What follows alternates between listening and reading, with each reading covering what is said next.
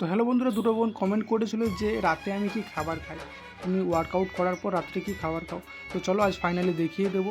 তো দেখো, তার আগে আমি আজ ওয়ার্কআউট করিনি, পড়তে বসেছিলাম। তো পড়তে বসেছি, মা আমাকে খেতে দিয়ে গেছে অনেকক্ষণ ধরে, তো সেই জন্য ভাবলাম যে একটা ভিডিও করি। তো দেখো আমাকে রাতে খাবার কি দিয়েছে, আলু ভাজা আর রুটি, ঠিক আছে। তো রুটি কতগুলো দিয়েছে দেখো, একটা, দুটো, তিনটে, চারটে এবং পাঁচটা, টোটাল পাঁচটা রুটি দিয়েছে আর আলু ভাজা, ঠিক আছে। এটাই আমি রাতে খাবার খাই, ওয়ার্কআউট করলেও খাই, ওয়ার্কআউট না করলেও খাই, ঠিক আছে।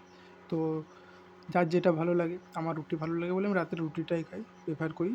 তো যেহেতু আজ ওয়ার্কআউট করিনি, তো সেই জন্য আজ তাড়াতাড়ি খাবার খেয়ে নিচ্ছি। ওয়ার্কআউট করলে 10টার দিকে খাবার খাই, তো এখন 9:30 বাজে, ঘড়িতে আধ ঘন্টা আগেই খেয়ে নিচ্ছি। এই আমার খাবার বেশ নর্মাল খাবার, খুব ভিআইপি না, ঠিক আছে।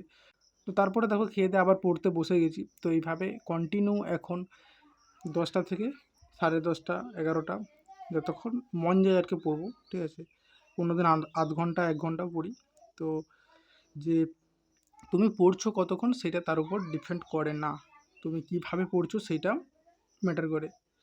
কেউ 2 ঘন্টা পড়ে সমস্ত কিছু মনে রাখতে পারে, কেউ 1 ঘন্টা পড়ে মনে রাখতে পারে, কেউ 7 ঘন্টা পড়ে একই মনে রাখতে পারে। তো পড়ার ধরনটা তোমাকে নির্ভর করে যে তুমি কিভাবে পড়াশোনা করছো।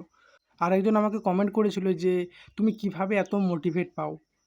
তো আজকের ভিডিওতে আমি সমস্ত কিছু বলবো না, নেক্সট ভিডিওতে তোমাকে আমি সমস্ত কিছু বলে দেবো। তো তোমরা হয়তো ভাবছো আমি এতক্ষণ ধরে কী করছিলাম, এতক্ষণ ধরে আমি মক টেস্ট দিচ্ছিলাম আর কি। তো শুধুমাত্র 3টে ভুল হয়েছে,